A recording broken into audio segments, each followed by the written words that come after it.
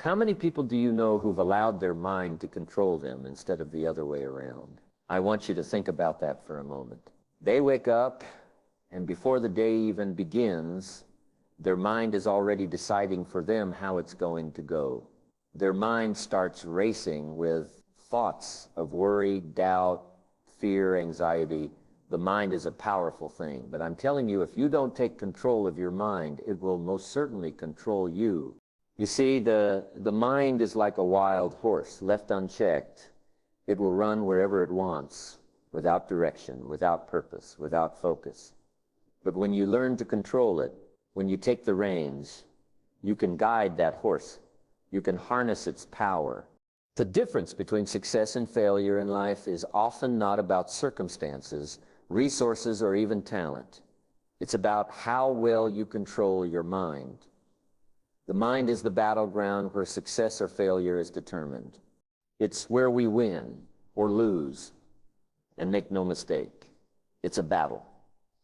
Every day we face the challenge of controlling our thoughts. The mind can be our best friend or our worst enemy. It can lift us up to the highest of heights, or it can drag us down into the depths of despair. And the difference between those two extremes is what we allow into our mind and how we choose to direct our thoughts. Now, you've probably heard the old saying, as you think so shall you become. It's an ancient idea, but it's as true today as it ever was. The quality of your life is directly related to the quality of your thoughts. So what are you feeding your mind? What are you allowing to take root in your consciousness? If you're constantly feeding it negativity, self-doubt, and fear, then don't be surprised when your life reflects those things. But if you feed it positivity, belief, and hope, you'll see your life start to change in ways you never imagined. Think about this. The mind is always working. It's always processing information, even when you're not consciously thinking. Your subconscious mind is working behind the scenes, shaping your beliefs, your attitudes, and ultimately your behavior. This is why it's so important to be mindful of what you're allowing into your mind, because your subconscious is always listening. And if you let it absorb negativity, that's what it will produce. So how do we control our mind before it controls us? First, we have to recognize that the mind, like any other tool, requires training, just like you wouldn't expect to pick up a musical instrument and play a masterpiece without practice. You can't expect to control your mind without discipline. Discipline is the key. And I'll tell you, it's not easy. It requires effort. But the rewards of a disciplined mind are worth every bit of the work it takes. When I was younger, I wasn't always the most disciplined thinker. I allowed myself to get distracted, to focus on things that didn't matter, to worry about things I couldn't control, and it affected my life.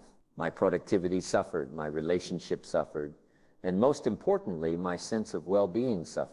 It wasn't until I learned to take control of my mind, to focus my thoughts, to be intentional about what I was thinking. The things started to change for me, and that change didn't happen overnight. But slowly, day by day, thought by thought, I began to see the power of a disciplined mind. One of the best ways to take control of your mind is through the practice of self-awareness. You've got to become aware of what you're thinking. Most people are walking around completely unaware of their thoughts. They're on autopilot, letting their mind run wild, reacting to whatever comes their way. But self-awareness is about stepping back, observing your thoughts, and asking yourself, is this thought serving me? Is this thought moving me closer to my goals? Or is it holding me back? Now, don't get me wrong. Self-awareness isn't about judging yourself or beating yourself up for having negative thoughts. We all have negative thoughts from time to time, but self-awareness is about recognizing those thoughts and deciding whether you're going to let them stay or whether you're going to replace them with something more constructive. Here's a technique I use that can help you take control of your thoughts. I call it thought replacement. When a negative thought pops into your mind, don't try to resist it. What happens when you try to resist something? You give it more energy, more power. Instead, replace it.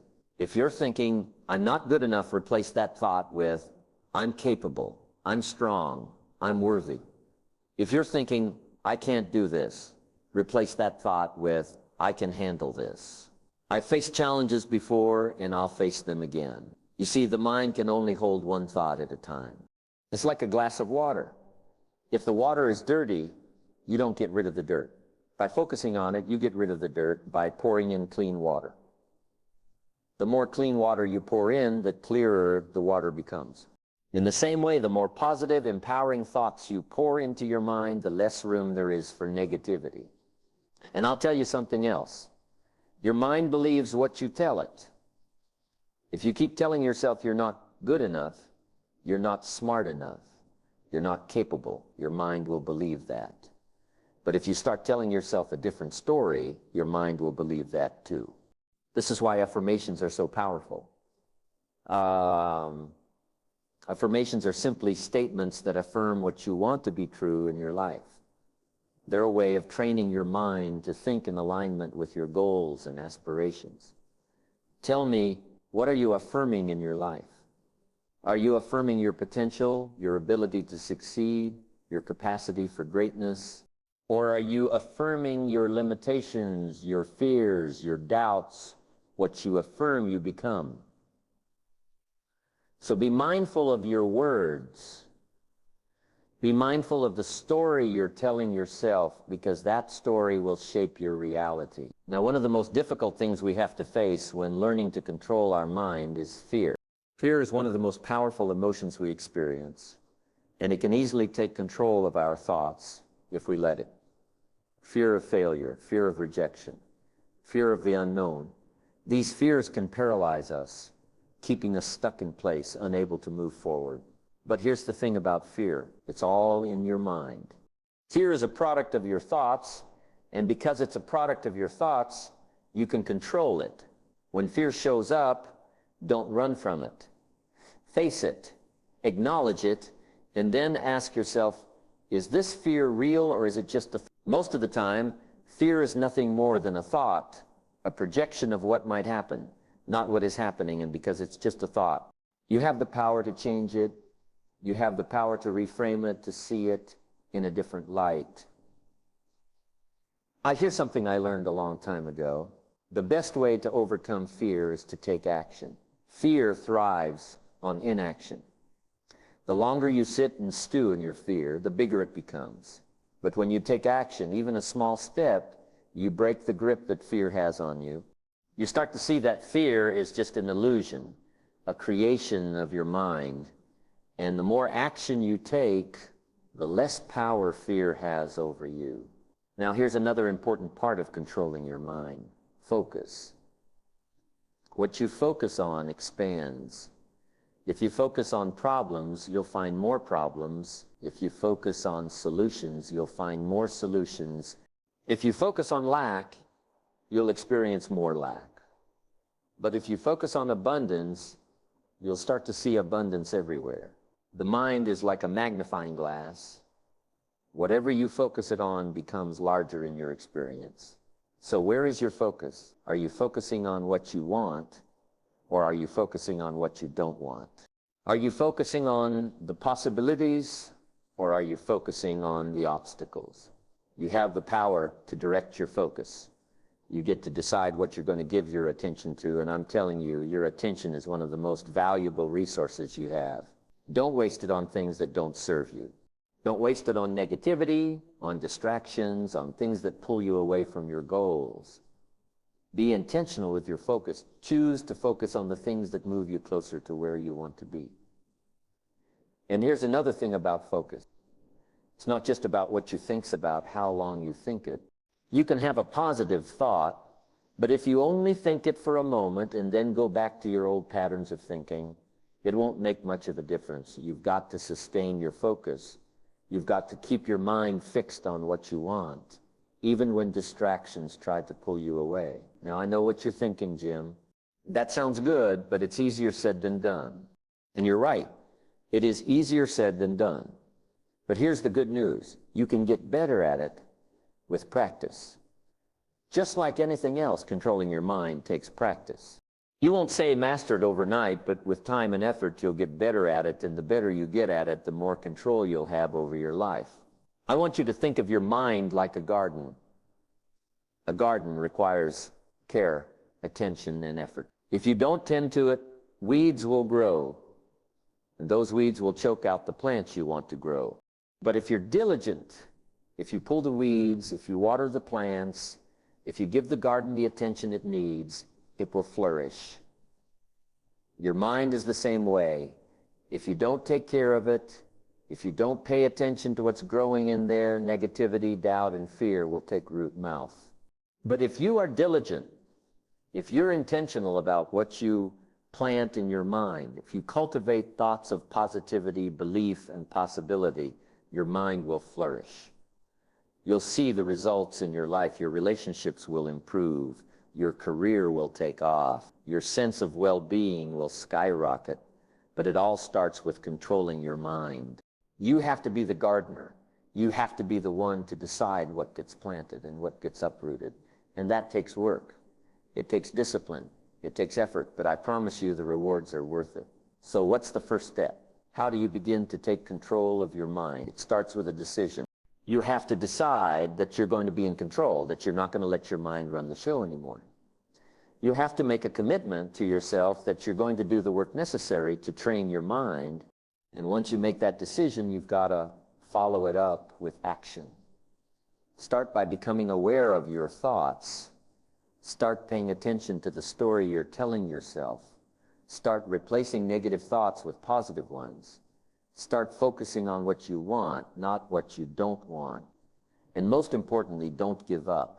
It's not always going to be easy, but if you stick with it, you'll start to see the results. Years ago, I met a man who was struggling in his business. He was a hard worker, but no matter what he did, he couldn't seem to get ahead. He was frustrated and he didn't understand why things weren't working out for him. So we sat down and talked, and it quickly became clear to me that his problem wasn't his work ethic or his skills. His problem was his mindset. He was constantly focused on what wasn't working, on all the things that could go wrong, on all the reasons why he wasn't succeeding, and because that's where his focus was. That's what he kept experiencing. I told him, you've got to change your focus. You've got to start focusing on what you want, not on what you don't want. It wasn't easy for him at first. His mind had been conditioned to focus on the negative for so long that it took real effort for him to shift his thinking. But over time, he did it. He started to change his focus, and as he did, his results started to change too. His business began to grow. His confidence increased, and he began to see opportunities where before he had only seen obstacles. Here's the point. When you control your mind, you control your destiny. You have the power to shape your life by shaping your thoughts. But it all starts with you. No one else can do it for you. You have to be the one to take control. And I want you to know that it's never too late to start. It doesn't matter how long you've been letting your mind control you. It doesn't matter how many negative thoughts have taken root in your consciousness. You can start today, right now, to take back control. You can start to plant new thoughts, new beliefs, new possibilities. Remember this, you are the master of your mind, not the other way around. Your mind is a tool. And like any tool, it's meant to be used for a purpose. But you have to be the one to guide it, to direct it, to control it. And when you do, you'll be amazed at what you can accomplish.